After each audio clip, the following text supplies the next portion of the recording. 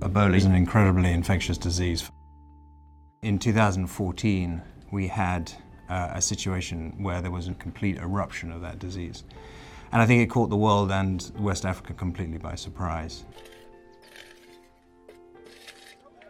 We've had more deaths and cases than I'd ever seen before. Absolutely terrifying. The problem is, how do you provide diagnostic systems in a country that has no electricity and no refrigeration and no clean water? Is it even possible to do that? The way to diagnose Ebola is a centralized, sophisticated, developed world laboratory with sample preparation, pipettes, glove boxes, centrifuges, polymerase chain reaction machines. But they're many, many miles from the core of where our patients are.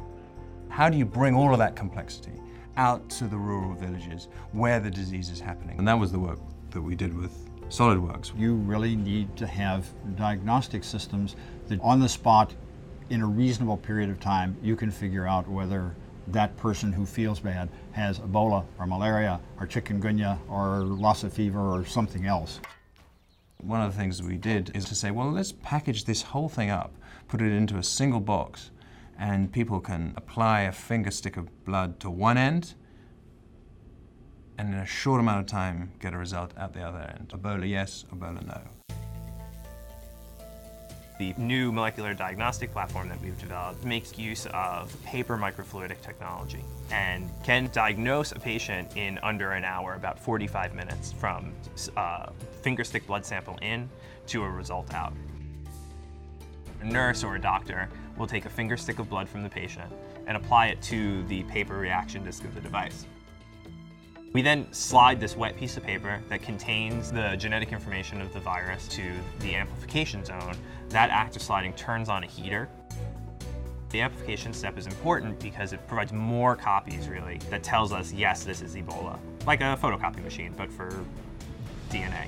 When we slide to the third and final zone of the device, it allows us to wash all of those new amplified copies out onto what's called the lateral flow strip that will give us lines if the patient is infected with Ebola or not infected. That readout is very similar to a home pregnancy test. There are key elements where the biochemistry and the physical design of the device intersect.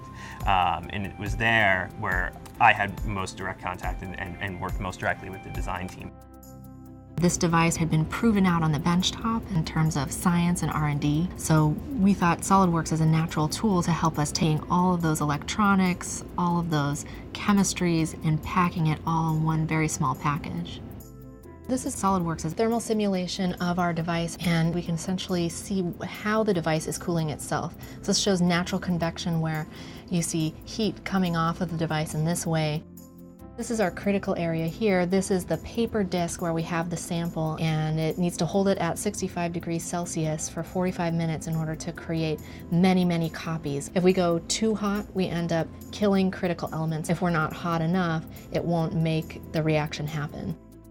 I can take it and look at each critical area and essentially investigate the entire device. That's something that would take us a really long time to do in the lab. We'd have to put a temperature sensor on every little piece of material here. This device is always going to be used by healthcare practitioners who have gloves on. One of the critical aspects of that is designing a tactile feel bump to know when they're in first position, second position, and third position. SolidWorks really helps because very quickly we're able to determine what would take a very long time in the lab. One of the great things about SolidWorks is we were able to design this and then quickly print it through 3D printing, get a feel for it with gloves on, and then quickly iterate on the height of the bump. We went through 5, 6 different iterations the span of 4 weeks. When I first joined Diagnostics for All, I saw this huge potential to take this amazing science we'd been developing for many years through implementation. And so I thought the first go-to package was SolidWorks. I knew that that's one of the best methods that we could use in order to communicate and collaborate to implement the project.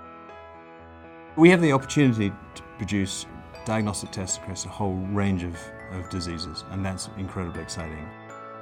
We can do this over 5 years, or we can do this over 18 months. And SolidWorks allows us to accelerate that tremendously.